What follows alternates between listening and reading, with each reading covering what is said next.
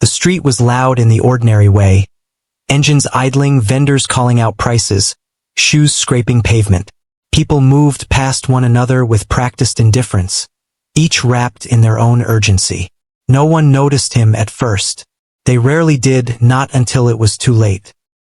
He walked at an unhurried pace, coat buttoned, eyes scanning without seeming to scan.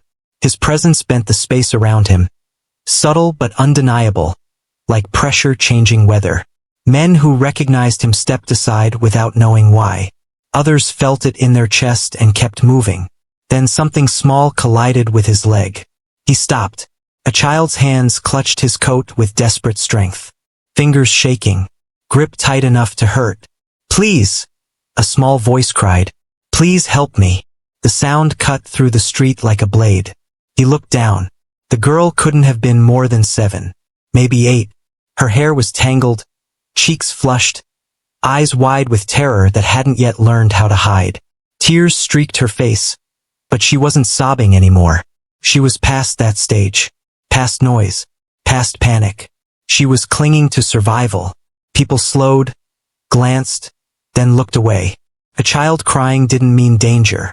It meant inconvenience. It meant someone else's responsibility. His men reacted instantly, shifting positions, scanning the crowd. One stepped forward, already ready to pull the child away. He raised a hand. The motion was small, absolute. The man froze. "What are you doing?" he asked the girl, his voice controlled, low enough not to draw attention. She shook her head violently, tightening her grip. "Don't let me go." The words weren't dramatic. They were factual. Something tightened behind his ribs. "You're lost?" he asked. She shook her head again, harder this time. Tears welled but didn't fall. She leaned closer, her mouth near his coat. "They're behind me," she whispered. The street noise swallowed the sound, but not the meaning. "Who?" he asked. She swallowed. Her fingers trembled. "The men in the gray van. That did it." He didn't look around. Not yet. He crouched slightly so his voice wouldn't carry. "Why are they following you?" Her answer came fast, rehearsed by fear. "Because I saw them. Because I ran." "From where?" She hesitated, then said it anyway. "From my brother." That word landed heavier than the rest. "Where is he now?" he asked. Her face crumpled. "I don't know." Behind them a horn blared. Someone cursed. Life pressed on, unaware that something had shifted at the center of it. He stood slowly, straightening, the child still gripping him. He nodded once, barely visible. His men moved, not aggressively, not obviously. They spread out, forming a loose perimeter that looked accidental to anyone not trained to see it. He scanned the street now, and saw it. A gray van idling too long at the curb. Windows tinted darker than necessary. Engine running. Driver pretending to check his phone. Professional. He felt something cold slide into place behind his eyes. "How long have they been following you?" he asked. "Since the corner," she said. "I ran. They kept coming." "Why did you grab me?" he asked. Her answer was immediate. "Because they stopped when they saw you." The truth of that settled like a verdict. He turned his head slightly. "Marco." "Yes," came the response instantly. "Check the van." Marco didn't ask how. He melted into the crowd. The girl's grip loosened just enough for him to feel the weight of her fear rather than its force. "What's your name?" he asked. "Mia." "Mia," he repeated, grounding the moment. "I'm not going to let them take you." She looked up at him, searching his face for cracks. "Promise." He didn't make promises lightly. "I'm here," he said instead. That seemed to be enough. A shout rose from farther down the street. Then another. Quick, sharp, not loud enough to panic the crowd, but enough to ripple attention. Marco's voice came through his earpiece. "Boss." 2 men. Inside the van. One tried to move. "Did they?" he asked. "No." He exhaled slowly. He turned his attention back to the girl. "Mia, I need you to do exactly what I say." She nodded hard. "You're going to stay right here with me." She pressed closer. "Good," he said. You did the right thing. No one had told her that yet. He could see it in the way her shoulders eased, just a fraction. Sirens wailed in the distance.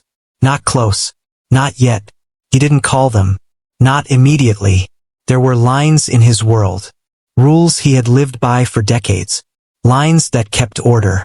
Lines that kept him alive. And then there were moments that demanded a decision before thought could catch up. This was one of them.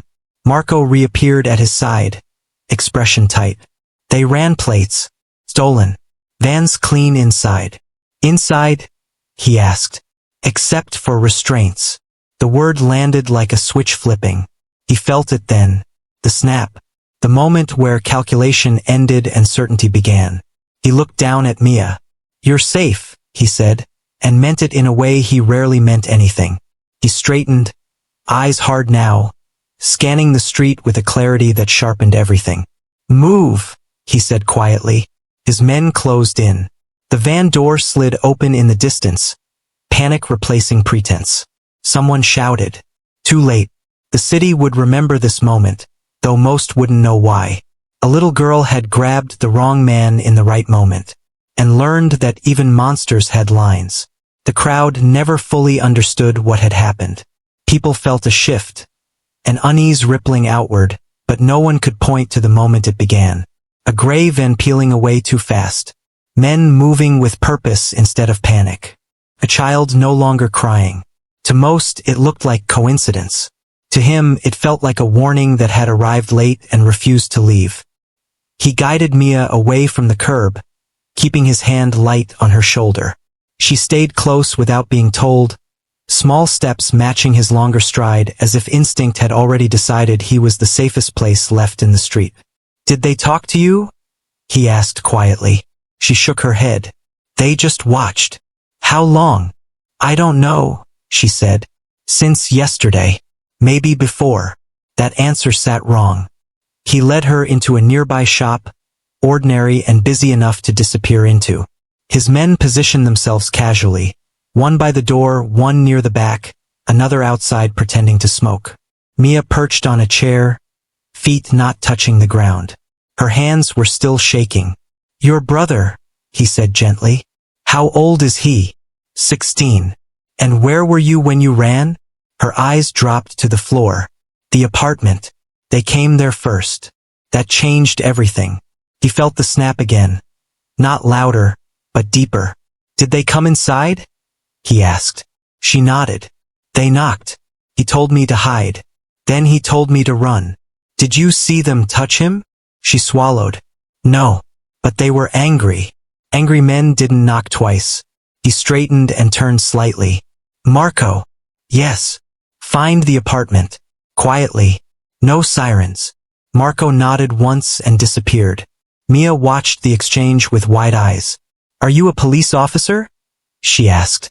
No, he said honestly. She seemed to think about that, then asked, Are you bad? The question didn't accuse. It asked. He crouched in front of her, meeting her eyes. I don't hurt children. She studied his face like someone who had learned too early how to read danger. Whatever she saw there made her nod. Okay, she said. The shop door opened and closed. Life continued to pretend nothing unusual had happened. He checked the time. Too much had already happened for this to be random. He had spent his life understanding patterns, how people moved, how fear traveled, how threats announced themselves before striking. This felt deliberate, sloppy enough to be noticed, quiet enough to avoid attention. A test. His phone buzzed once. Marco. Apartment confirmed. Door forced. No sign of brother. He closed his eyes briefly. Mia noticed. They took him, she said. He didn't correct her. Do you know why? He asked. She shook her head. He didn't do anything. He just works. Where? At the docks, she said. Loading boxes. The docks. Of course. He stood slowly, already assembling the pieces. Illegal labor. Witnesses. Something had gone wrong, and someone had decided a teenager was easier to silence than a problem was to fix. And Mia had seen something she wasn't meant to. He turned to his men. Get a car. No markings. Now. They moved instantly. He looked back at Mia. "We're going to find your brother." Her eyes widened. "Really?" "Yes. Even if it's dangerous?" He didn't hesitate. "Especially then." They left the shop through the back, slipping into a side street that smelled like oil and rain. The car arrived smoothly, door opening before he reached it. He helped Mia inside and took the seat beside her, not across. He wanted her to see his face. The city blurred past as they drove. "Did the men say anything to each other?" he asked. She thought hard. One said, "We shouldn't have let her see." His jaw tightened. That settled it. This wasn't extortion. It was cleanup. He pressed a finger to his earpiece. "Change priority," he said. "We're not reacting anymore." There was a pause. "Understood." At the docks, the air was thick with salt and machinery. Shadows stretched long between containers. The place felt wrong at this hour, too empty, too expectant.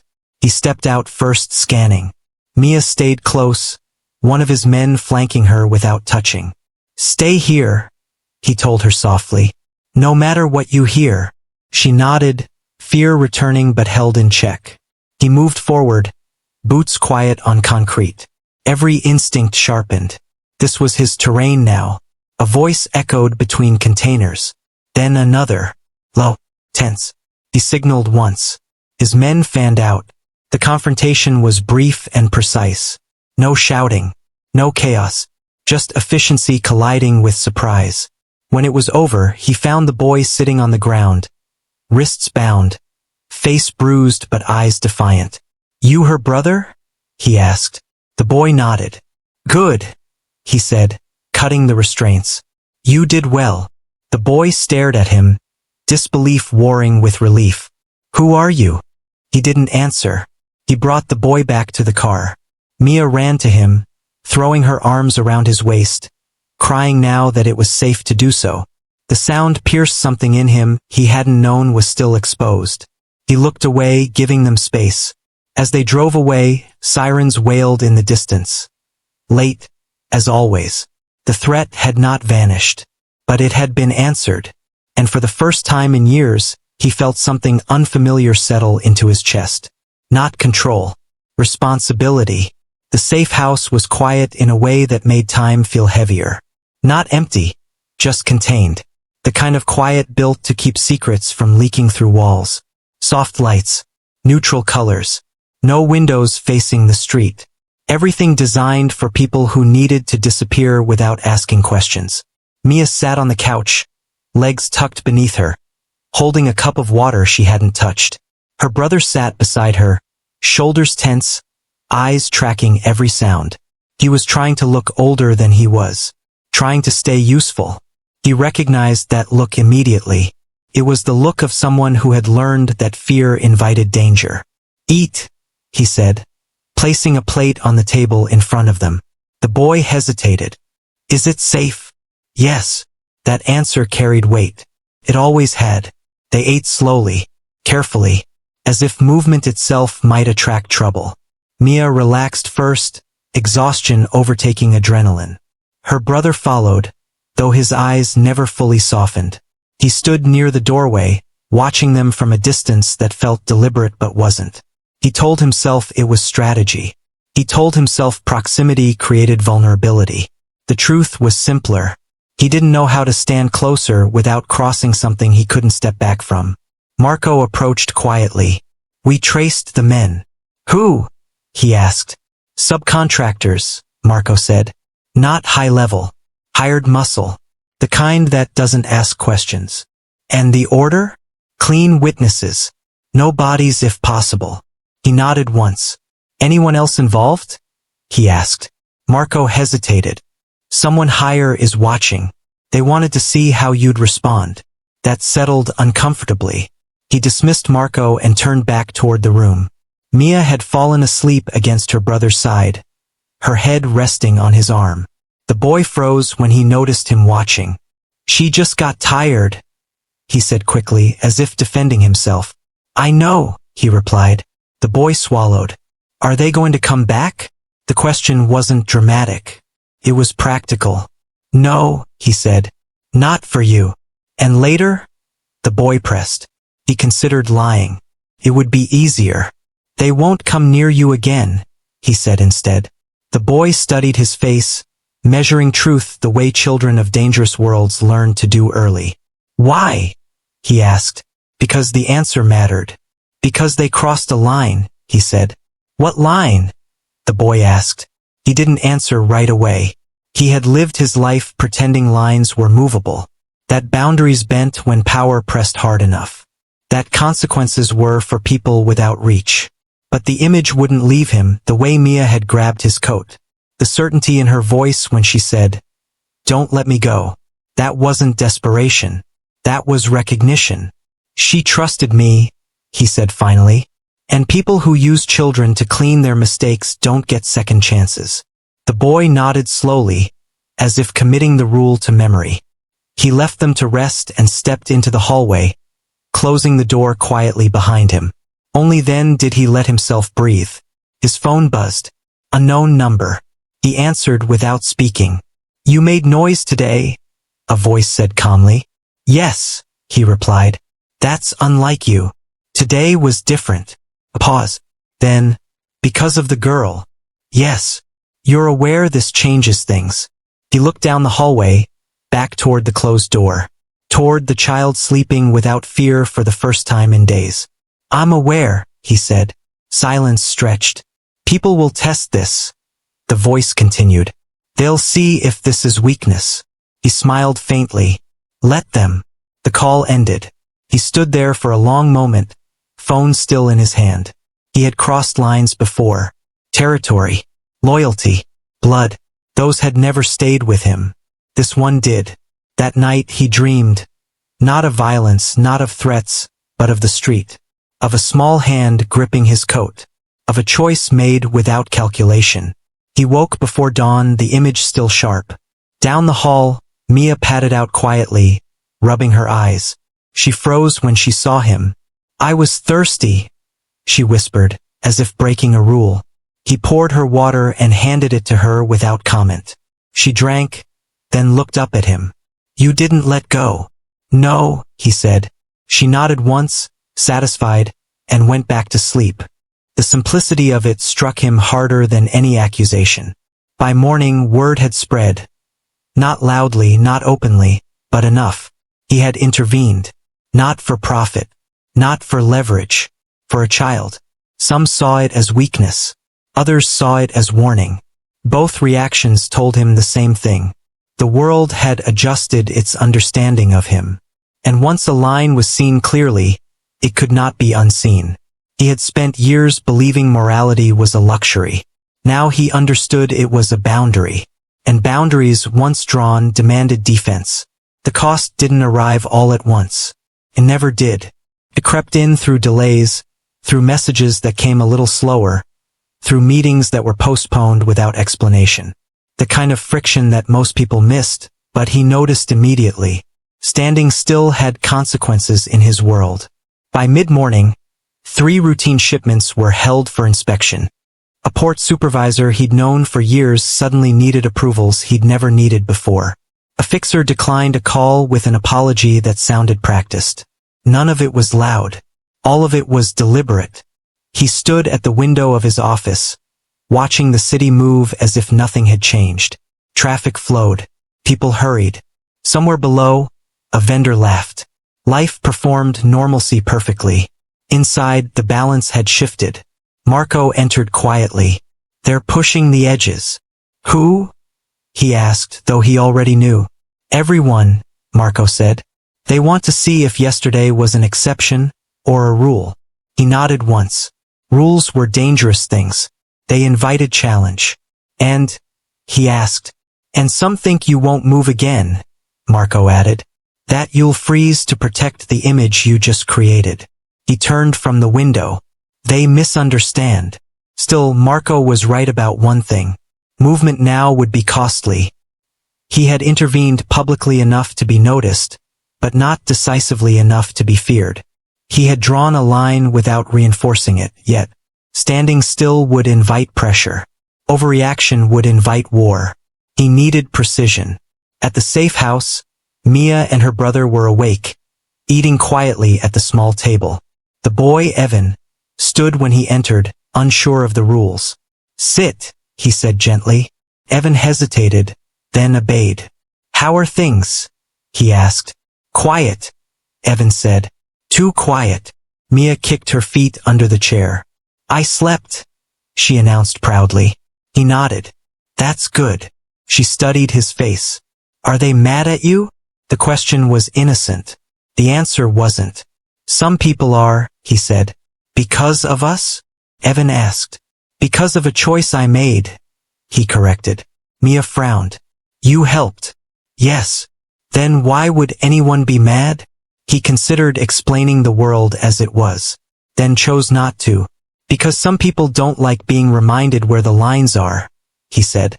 She seemed satisfied with that. Later that afternoon, the test came. A message arrived through an indirect channel, clean, neutral, unmistakable. "You disrupted a process.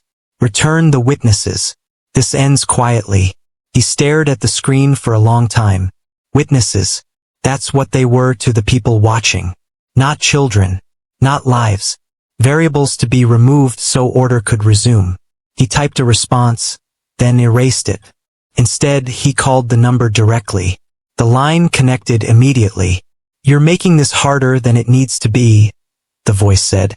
"No," he replied calmly. "You are. You understand what standing in the way costs." "Yes." A pause. Then, almost curious, "Is this about guilt?" He smiled faintly. "It's about limits." Another pause. Longer this time. "You don't usually have those. People change." Silence. "Return them," the voice said again. "Or accept the consequences." He leaned back in his chair. "I already have." The line went dead. Within an hour, the cost became visible. A longtime ally canceled protection. A bank froze an account pending review.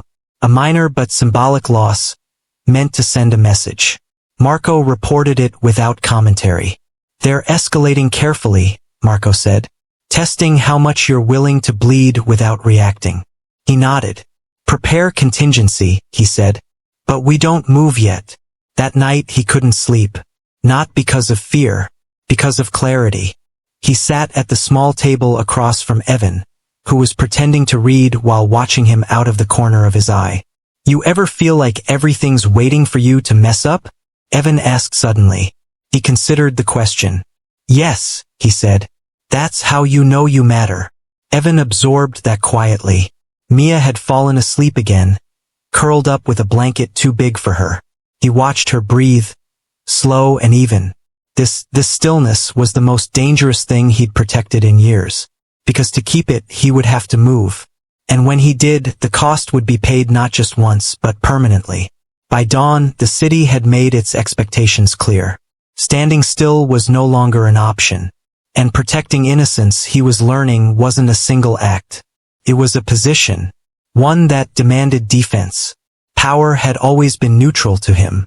A tool. A lever. Something you applied where resistance existed. He had never believed it had a conscience. It answered intention, not morality. That belief had kept him alive longer than most. Until now.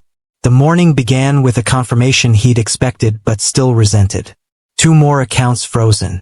A shipping route rerouted without notice. A meeting room that suddenly became unavailable. The city wasn't attacking him. It was applying pressure, measured, patient, confident. They believed he would correct course. They believed he would return the witnesses and restore balance. He didn't. Instead, he moved the children. Not far. Not dramatically. Just enough. A different safe house. A different rhythm. New faces rotated in and out. No patterns to follow. No stillness to exploit. He watched Evan adapt faster than he should have needed to. The boy asked fewer questions. Memorized exits.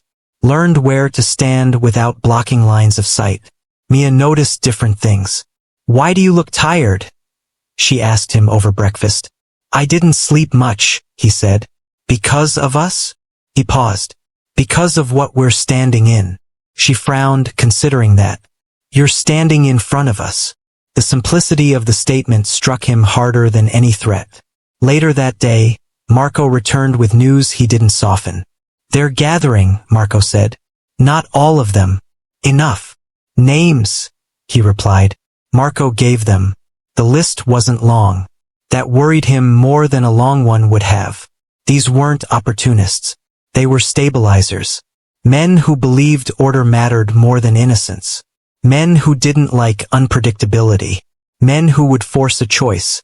By evening, the message came openly. A location. A time. No intermediaries. He smiled faintly. They were done testing. Now they wanted confirmation. He arrived alone. The building was old, neutral, chosen for its forgettability. Inside, the room was sparsely furnished. 5 men waited. None of them surprised him. "You didn't have to come," one said. "Yes," he replied. "I did." They exchanged looks. The kind men exchanged when they believed they were reasonable. "This isn't about children," another said. "It's about precedent." He took a seat without being invited. "It's always about children. That's just not what you call it." One leaned forward. "Return them. This ends cleanly." "And if I don't?" A pause. "Then you force us to remind everyone who decides what's acceptable." He nodded slowly. "That's what I wanted to clarify." Silence stretched. He nodded slowly. "That's what I wanted to clarify." Silence stretched. "I won't return them," he said calmly. "And I won't pretend this was an exception." One of the men laughed quietly. "You're choosing sides." "Yes," he said. "I already did." Another shook his head. "You're inviting instability." "No," he replied. "I'm redefining it." They stared at him now, not as a variable but as a problem. "You protect them," one said slowly. "Others will follow." "Good. They'll run to you. Let them. You'll become responsible." He met the man's gaze. "I already am." The meeting ended without agreement. That was expected. Outside, the night air felt sharper, cleaner, as if a storm had finally committed to direction. By midnight, the response came. Not violence. Alignment. A rival group pulled back from an encroachment. A broker reopened a channel. A message arrived from someone he hadn't heard from in years. "If this is the line, say so. We'll adjust." Power was choosing sides. Not because it was moral. Because clarity attracted structure. At the safe house, Evan waited up, pretending not to. "They going to stop?" the boy asked. "Some will," he said. "Others won't." "And us?" He considered the question. "We keep going." Evan nodded, accepting the answer like someone who understood there was no return to before. Mia slept through the night. That mattered more than anything. By morning, the city had adapted. Slowly, carefully, with curiosity. People began to understand that protection was now part of his reputation. Not a weakness, but a boundary. That certain lines, once crossed, would not be negotiated back. It didn't make him righteous. It made him predictable in a way that mattered. He stood at the window, watching the day begin, feeling the weight of the choice settle permanently into place. Power had chosen sides, and this time it wasn't looking back. The city didn't erupt. That surprised everyone. When power shifted hands or lines were redrawn, there was usually noise. Violence loud enough to remind people who still controlled the air they breathed. But this time, the change settled quietly, like dust after something heavy had already fallen. People adjusted. That was the true sign. Meetings resumed with new rules spoken indirectly. Routes reopened with different assurances. Names were used more carefully. Not avoided, just respected in a different way. He noticed it first in the silences. The pauses before threats that never came. The calls that ended with acceptance instead of pressure. The way conversations no longer circled back to the children. The question had been answered. At the safe house, life found a rhythm that felt almost unreal. Mia laughed more easily now. Not loudly, she was still careful, but freely. She drew pictures at the small table, coloring the same scene again and again. A man standing in front of a smaller figure, arms wide, blocking something dark behind them. Evan watched doors less. He slept deeper. When he spoke about the future, he used words like when instead of if. He observed these changes quietly, never commenting. Protection, he was learning, worked best when it didn't announce itself. One evening, as the sun dipped low and painted the walls amber, Mia looked up from her drawing. "Are you a good guy now?" she asked. The question stopped him. Evan stiffened, waiting for the answer. He considered deflection, humor, silence. Instead, he chose honesty. "I don't know," he said, "but I'm trying to be someone who doesn't look away." Mia nodded, satisfied. She returned to her drawing without another word. That answer was enough. Later that night, Marco joined him on the balcony. "You've changed the board," Marco said. "Yes. You know it won't ever go back." "I know." Marco hesitated. "Any regrets?" He looked through the glass at the room behind them, at Mia asleep on the couch, blankets slipping to the floor, at Evan reading quietly, pretending not to listen. "No," he said. That surprised him too. Regret was something he knew well. It usually followed loss. This felt different. This felt like alignment. The final test came a week later. A message. Short. Direct. Last chance to correct course. No signature. No threat attached. He didn't reply. Instead, he made the message public to the right people in the right way. Not as a challenge, but as a statement. The response was immediate. The sender disappeared. Not violently, just gone. Removed from relevance. Cut off from leverage. Power didn't punish them. It abandoned them. That was the moment he understood the final truth. Power didn't belong to those who used it most aggressively. It belonged to those who defined its limits. In the weeks that followed, arrangements were made. Evan was placed somewhere safe. Far enough to start over, close enough not to feel exiled. Education. Stability. A chance to be 16 without watching corners. Mia went with him. The day they left was quiet. No tears. No drama. Mia hugged him tightly, her arms small but sure. "You didn't let go," she said again. "No," he replied. Evan held out his hand. They shook. Brief, respectful, man to man. "Thank you," Evan said, "for choosing." He nodded. "Remember the line." "I will." The car drove away, carrying something fragile and whole into a future that wasn't his to control. He stood there long after it was gone. The city resumed its full voice around him. Life moved on. But something fundamental had changed. Back at his office, decisions felt different now. Not softer, clearer. He weighed outcomes beyond profit. He asked questions he'd never bothered with before. Not because he'd become kind. Because he'd become responsible. People noticed. Some admired it. Some feared it. Some tried to imitate it without understanding the cost. That didn't matter. What mattered was that the line remained visible. One night, alone again, he passed the same street where it had all begun. The noise was the same. The movement. The indifference. But he saw it differently now. He understood how close danger always was to the unnoticed. How quickly innocence could be erased by convenience. How easy it was to walk past. And how irreversible it was to stop. He didn't look for another test. He didn't need one. Power, he had learned, wasn't proven by what you could take. It was proven by what you refused to surrender. And in the end, what mattered most wasn't that a little girl had grabbed him crying for help. It was that when she did, he stayed.